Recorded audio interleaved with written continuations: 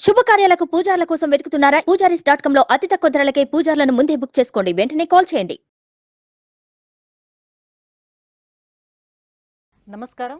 దత్త జయంతి యొక్క విశిష్టత ఏంటి? ఆ దత్తుని యొక్క అనుగ్రహం పొందేందుకు ఎటువంటి పరిహారాల్ని మనం పాటించాల్సి ఉంటుంది అనే విషయాన్ని తెలియజేసేందుకు మనతో పాటు ఉన్నారు ప్రముఖ ఆధ్యాత్మికవేత్త, జ్యోతిష పండితులు బ్రహ్మశ్రీ నందిపట్ల శ్రీహరి శర్మ గారు. గురుగారు నమస్కారం అండి. వాగర్థావివ సంపృక్తౌ వాగర్థ ప్రతిపత్తయే జగతఃపితరౌ వందే పార్వతీ పరమేశ్వరౌ.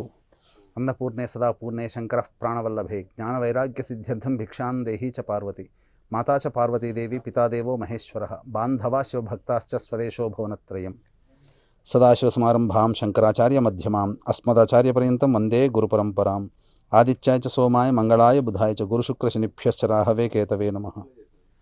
శృంగేరి జగద్గురు పీఠాధిపతులు శ్రీ శ్రీ శ్రీ భారతీ తీర్థ మహాస్వాముల వారికి, శ్రీ శ్రీ శ్రీ విధుశేఖర భారతీ తీర్థ మహాస్వాముల వారికి, కంచికామకోటి పీఠాధిపతులు శ్రీ శ్రీ శ్రీ విజేంద్ర సరస్వతి మహాస్వాముల వారికి ప్రణామములు తెలియజేసుకుంటూ కార్యక్రమాన్ని ప్రారంభిద్దాం. గురుగారు, దత్త జయంతి యొక్క విశిష్టత ఏంటి? దత్తావతారం యొక్క విశిష్టతను గురించి తెలియజేస్తారా? దత్తాత్రేయ జయంతి మనకు ఈ డిసెంబర్ 26వ తారీఖు రోజున వస్తుంది. ముఖ్యంగా ఆ రోజు యొక్క విశిష్టత మనం తెలుసుకున్నట్లయితే శాస్త్ర ప్రకారము కొన్ని విశిష్టతలు అనేటువంటివి ఉంటాయి.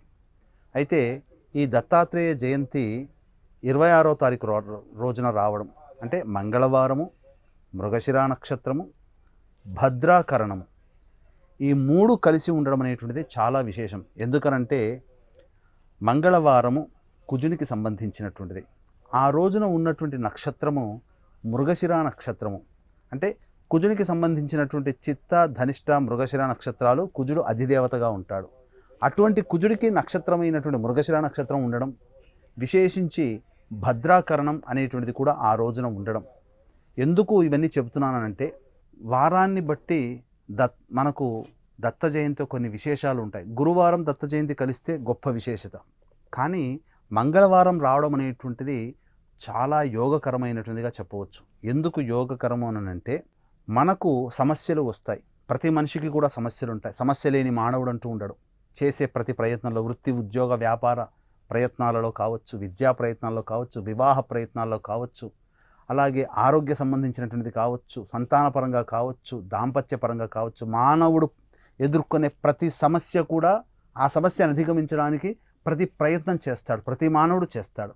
కాబట్టి అటువంటి ప్రయత్నంలో వచ్చే ఆటంకాలని తొలగించేటువంటి కార్యక్రమాల్లో భాగంగా కొన్ని కర్మలు మంగళవారం నాడు చేయాల్సి వస్తుంది. కాబట్టి మంగళవారం నాడు చేసేటువంటిది విశేషముగా గొప్పగా చెప్పవచ్చు. అందున ఈ సంబంధించినటువంటి కుజుడు దేనికి కారకుడు? కలహాలకి కారకుడు. కాబట్టి సమస్యలకి కారకుడు.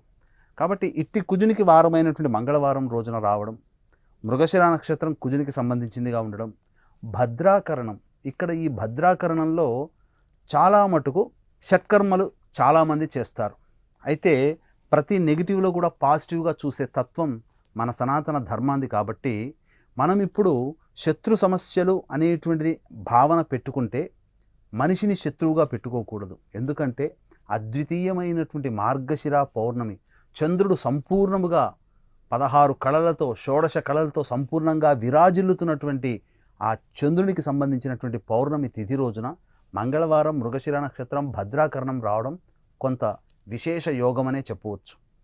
అయితే ఇంతకుముందు మనం చెప్పుకున్నట్టుగా దుష్కర్మల్ని ఆచరించడానికి భద్రాకరణం తోడ్పాటు చాలా అవసరం. అయితే ఇక్కడ మనం ఆలోచించాల్సినటువంటిది సాటి మనిషిని శత్రువుగా భావన చేయకూడదు. మన అభ్యున్నతికి, మన పురోగతికి, మన అభివృద్ధికి ఆటంకాలుగా ఏవైతే సమస్యలని మనం భావిస్తున్నామో ఆ సమస్యల్ని తొలగించుకోవడానికి అత్యంత అరుదుగా వచ్చే మార్గశిర పౌర్ణమి దత్త జయంతి ఈ డిసెంబర్ 26వ తారీఖున రోజున రావడం చాలా విశేషమని చెప్పవచ్చు. ఈ డిసెంబర్ 26వ తారీఖు రోజున ఏ కార్యక్రమాలు చేస్తే గొప్ప ఫలితాలు కలుగుతాయో ముందు మనం తెలుసుకుందాం.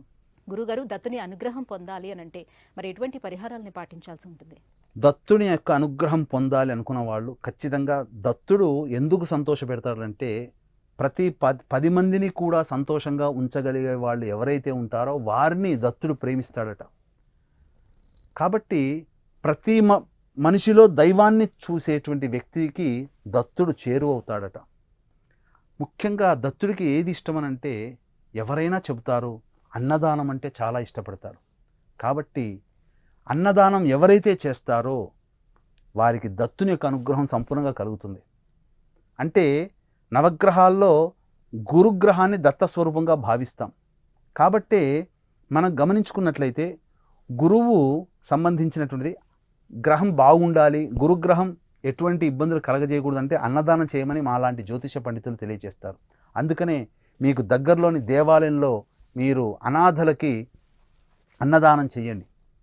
మార్గశిర పౌర్ణమి, మంగళవారము, మృగశిర నక్షత్రము, భద్రాకరణం కలిసి వచ్చినటువంటిది అత్యంత అరుదుగా వచ్చే అలభ్య పుణ్య తిథిగా చెప్పవచ్చు. ఇది శత్రుదోష నివారణకి అత్యంత ఫలప్రదమైనటువంటి యోగంగా చెప్పవచ్చు. శత్రు అంటే ఇక్కడ వీక్షించేటువంటి ప్రేక్షకులు మనుషులని శత్రువులుగా భావించకూడదు. మన ప్రయత్నం, మనం ఏ సంకల్పం కోసం, ఉద్యోగమా, వివాహమా, దాంపత్యమా, సంతానమా, అనారోగ్యమా, విదేశీయానమా, విదేశీ ఉద్యోగమా, గృహం కోసమా, ఇలా దేనికోసం మనం పరితపిస్తున్నామో అటువంటి పరితపించేటువంటి యోగాన్ని మనం కలగచేసేటువంటి ప్రయత్నంలో, మనగా ఆ యోగాన్ని పొందే ప్రయత్నంలో మన ప్రయత్నంలో వచ్చే అడ్డంకులు, సమస్యలు, కష్టాలు, నష్టాలని శత్రువులుగా భావించాలి. కాబట్టి అట్టి దోష నివారణార్థం ఇటువంటి అరుదైనటువంటి పుణ్య తిథి, యోగము, కరణము కలిసి వచ్చినటువంటి రోజున మా పీఠం ఆధ్వర్యంలో బగళాముఖి హోమము, కార్తవీర్యార్జున హోమము, దత్తాత్రేయ హోమము, లక్ష్మీ మూలమంత్ర సంపుటిత లక్ష్మీ సూక్త హోమం, సుదర్శన హోమం, వివాహం కావాల్సినటువంటి అబ్బాయిలకి అమ్మాయిలకి 18 రకాల హోమాదులు, అలాగే కాశీక్షేత్రంలో దత్త జయంతి రోజున మా పీఠం ఆధ్వర్యంలో మా స్వంత భవనం శ్రీ కామాక్షి నిత్యాన్నదాన ఆశ్రమంలో అన్నదాన కార్యక్రమాలు జరపబడుతున్నాయి.